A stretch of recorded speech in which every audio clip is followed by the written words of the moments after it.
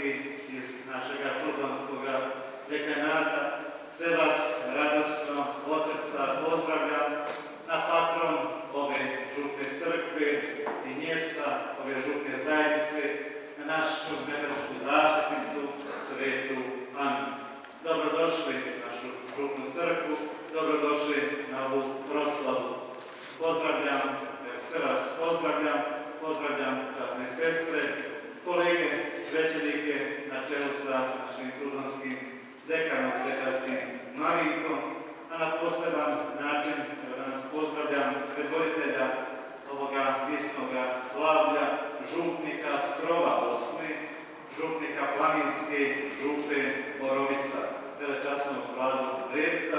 Časni Vlado, dobrodošao, molim te da započneš ovo sveto visno slavlje.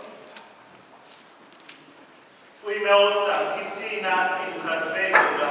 Amen. Milost Gospodina našeg Isusa Hrista, ljubav Boga Otca i zajedništvo Svetoga Duha sa svima vama. I s duhom tvojim.